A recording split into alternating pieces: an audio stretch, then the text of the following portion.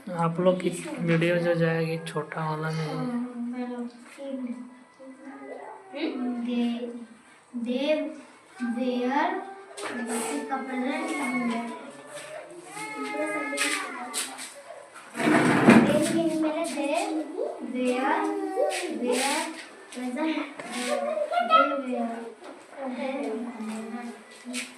देखिए हम लोग आज देखेंगे फुफ्फुस में पुपिका तथा वृक्क में वृक्काणु में क्या अंतर है, डिफरेंस क्या है ना। आप फुफ्फुस कहने का मतलब ये फेफड़ा है, क्या है ये फेफड़ा ना, आपका फेफड़ा है। और वृक्क कहने का मतलब है आपका किडनी ना, ये किडनी की बात हो रही है।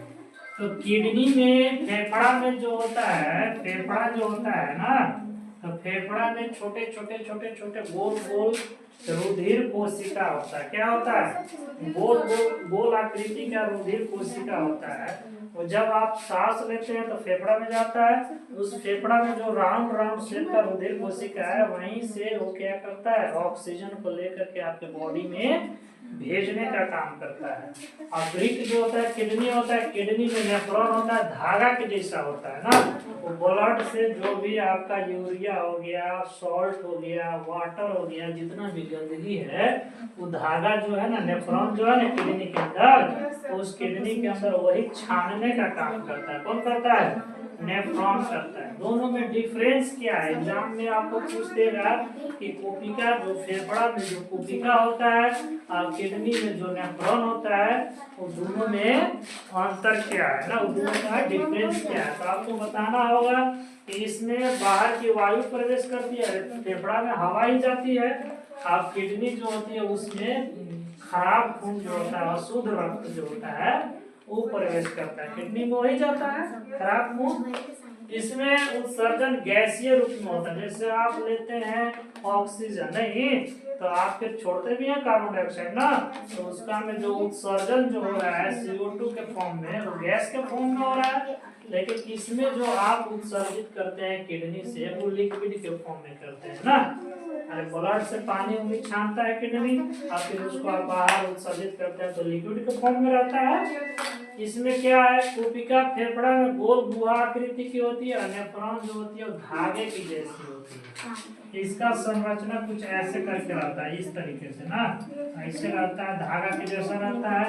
और उसी में ब्लड इधर उधर नस टाइप के रहता है, उधर में दौड़ता है और छानाता है। एकरा में है कि फेफड़ा ऐसी ना रहता है, एकरा में राउंड राउंड शेप के रहता है, जिसको कोशिका कहते हैं ना, इसी को कोशिका कहते हैं। आगे जो धागा के जैसा रहता है इसको नेफ्रॉन कहते हैं। क्या कहते हैं?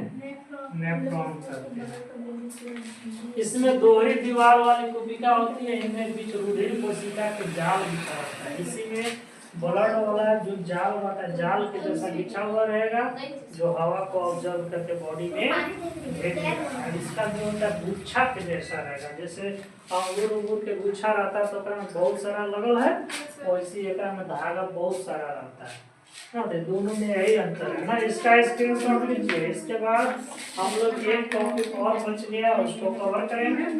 इसके बाद चैप्टर 6 आपका खत्म हो जाएगा ना। एक टॉपिक आपका क्या बच गया इसमें ना, कि आपका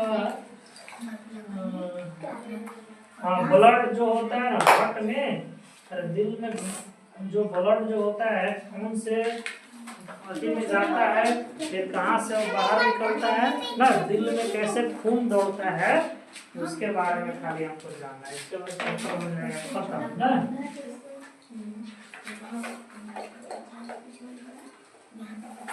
आप लोग HW बनाई, आप बनाइए HW। वो नहीं आए वो लोग भी, तुम्हारी जो दोस्त लोग वो आती है। कहाँ गई? अगला गई है। दिमाग खराब हो गया। कल आई और फिर बाद में नानी घर से आई थी, ये भी और फिर आज कहाँ का बोलोगे? उन लोग को पढ़ने का नियत करता है, आप लोग पढ़ते भी नहीं जाओगे, ध्यान नहीं देते। उस टाइम एक लाई थी 60-50 में से और उस टाइम मेरे में से छापी है, सब मेरा ही वाला है। जैसे मेरा गलत हुआ है उसका भी गलत हुआ है। अब आधा सवाल लिख में नहीं की। थोड़ा 60 में से 14 है। पहले ट्यूशन नहीं करती थी ना? बहुत ट्यूशन किए वो, हम नहीं किए हैं। तब ऐसे कैसे होगा? आप लोग सोल्यूशन करो, तुम याद करे। हाँ हाँ करे से नहीं होगा, याद करे से होगा। चलिए देखिए, आपके हार्ट में ना, ब्लड में आपका जो दिल जो होता है ना, ये क्या है? हार्ट है ना। इसमें जो दिल जो होता है कार्डियक मसल से बना हुआ रहता है ना। इसका जो मसल जो है, जो मांस हम लोग के बॉडी में जो होता है सब अलग अलग होता है। एक पेशीय मांसपेशी होता है, जो ये सब पेशीय मांसपेशी है जिससे बल लगाते हैं, वो अलग अलग तरीके के मांसपेशी होते हैं। जो इसका जो टिश्यू होता है दिल का ना, और दिल का टिश्यू जो होता है वो कार्डियक मसल का होता है। किसका? कार्डियक मसल होता है, कार्डियक मसल। इसमें सिर्फ और सिर्फ मांस ही रहता है, हड्डी नहीं रहता है। इसका मांस जो होता है, ये सब मांस से अलग मांस रहता है इसका ना। इसका जो मसल है वो अलग रहता है, क्योंकि हार्ट को होता है इस तरीके से वो करते रहता है ना। डब डब डब डब की आवाज आती है, तो उसको इस तरीके से लचीला टाइप का थोड़ा सा होता है। इसका मसल ही अलग होता है, जिसको कार्डियक मसल कहते हैं। जो दिल का डॉक्टर होता है उसको कार्डियोलॉजिस्ट कहा जाता है। क्या कहा जाता है? कार्डियोलॉजिस्ट कहा जाता है। जैसे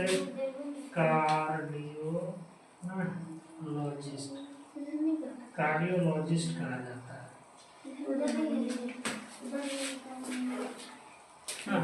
दिल के डॉक्टर को कार्डियोलॉजिस्ट कहा जाता है। जैसे दांत के डॉक्टर है तो उसको डेंटिस्ट कहते हैं, और दिल के डॉक्टर है तो उसको कार्डियोलॉजिस्ट। हड्डी का डॉक्टर जो होता है उसको ऑर्थोपेडिक कहा जाता है ना।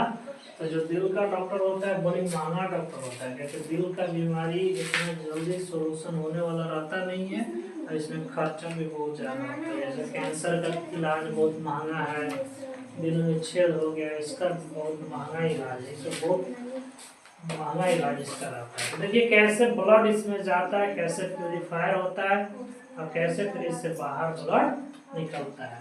बोल रहा है कि ऑक्सीजन प्रचुर रुधिर फुसफुस से हृदय में बाईं ओर स्थित बाएं कोष्ठ बाएं आलिंद में आता है। ऑक्सीजन प्रचुर कहने का मतलब है कि आपके दिल में ब्लड सप्लाई हुआ नहीं, ब्लड सप्लाई होने के बाद आपको ये जो बायां निलय है ना, बायां आलिंद है ना, तो बायां आलिंद यहाँ पे, तो बायां आलिंद में आलिंद ऊपर रहता है और निलय नीचे रहता है।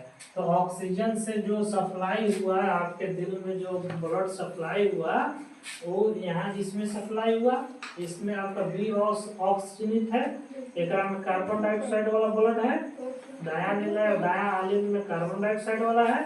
अब ये सप्लाई करके भेज दिया कहाँ?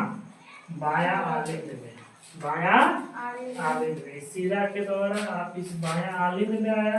अभी बायां आलिंद क्या करेगा कि बायां आलिंद जो है, और जब बायां निलय फैलता तो बायां आलिंद जब फैलेगा, जब बायां निलय जब ये फैलेगा तो एक में से जो खूना है ना एक में आ जाएगा, एकरा में आ जाएगा, निलय में आ जाएगा ना।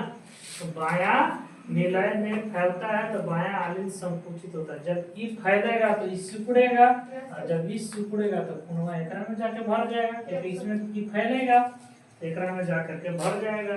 इससे रुधिर बायां निलय में स्थानांतरित हो जाता है, और जब बायां निलय संकुचित होता है मतलब भटकता है तो रुधिर शरीर में पंपित हो जाता है। जब यहाँ से यहाँ ब्लड आया, एकरा में से एकरा में आया, और एकरा में से जब ई पचकेगा ना तो ब्लड यहाँ से बाहर निकलेगा, यहाँ से स्पीड में बाहर निकल के चला जाएगा। आपका जो होता है ना ब्लड प्रेशर, बीपी जो होता है, बीपी मेजर करते तो 120/80 होना चाहिए ना।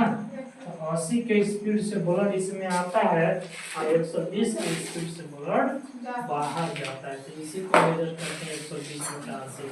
किसी का कम बेसी होता है बीपी ना, तो इससे तो ज़्यादा बीपी बढ़ गया तो गुस्सा आएगा, और लो बीपी है तो थकान होगा, थोड़ा बोलने वोलने में दिक्कत होगा, उसको कम बोलेगा, धीरे बोलेगा, वो चीज़ है ना।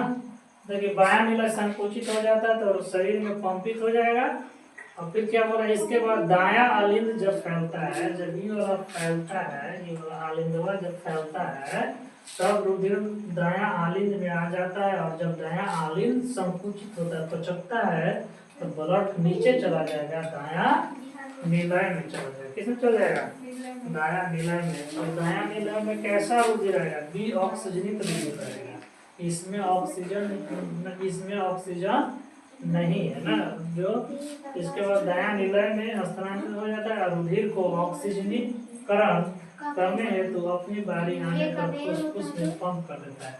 तो यहाँ से जो है आपको यहाँ से फिर सप्लाई करके ये यहाँ भेजता है, और यहाँ से यहाँ भेजता है, और यहाँ से शरीर में भेज देता है। तो ब्लड आ रहा है यहाँ पे ना, एकरा में जो आ रहा है उसमें कार्बन डाइऑक्साइड बना है, ये खराब खून है, सीरा ना है ये सब सीरा है। सीरा में खराब खून रहता है जिसमें कार्बन डाइऑक्साइड रहता है, और धमनी में प्योर ब्लड रहता है। तो यहाँ से एकरा में आया, एकरा से एकरा में गया, फिर ये आपको प्यूरिफायर करेगा, प्यूरिफायर करके फिर एकरा में आएगा, और एकरा में से एकरा में, और एकरा में से पूरे बॉडी में भेज देगा। आपके बॉडी में 4 गो चेम्बर होता है। कितना चेम्बर? 4 चेम्बर होता है, जिसको बायां आलिंद, बायां निलय, दायां आलिंद और दायां निलय के नाम से जाना जाता है। आलिंद ऊपर में रहता है, निलय नीचे में रहता है। आपका दाहिना साइड में बायां वाला, और बायां साइड में दाहिना वाला ना। दिल के डॉक्टर को कार्डियोलॉजिस्ट कहते हैं। आपका जो हार्ट होता है वो कार्डियक मसल से बना होता है ना। ब्लड प्रेशर एक आदमी का 120/80 होना चाहिए। तो आपका चैप्टर 6 हो गया ही। इसको बढ़िया से देख करके एक बार, 2 वीडियो है, और दोनों को देख के रिवाइज कर लीजिएगा एक बार, और इसके बाद फिर बढ़िया से याद कर लीजिएगा, कंप्लीट हो जाएगा वैसे।